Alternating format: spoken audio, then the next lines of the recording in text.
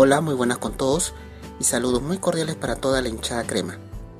Este sábado, 3 de febrero, a las 8 de la noche, se va a llevar a cabo el partido entre Universitario de Deportes y Atlético Grau, correspondiente a la segunda fecha del torneo Apertura de la Liga 1 Te Apuesto 2024.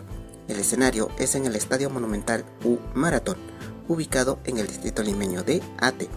Esperemos de que haga un excelente partido jugando como locales. Así que mucha suerte y éxito para todo el equipo crema y juntos podemos decir y dale U. Muchas gracias.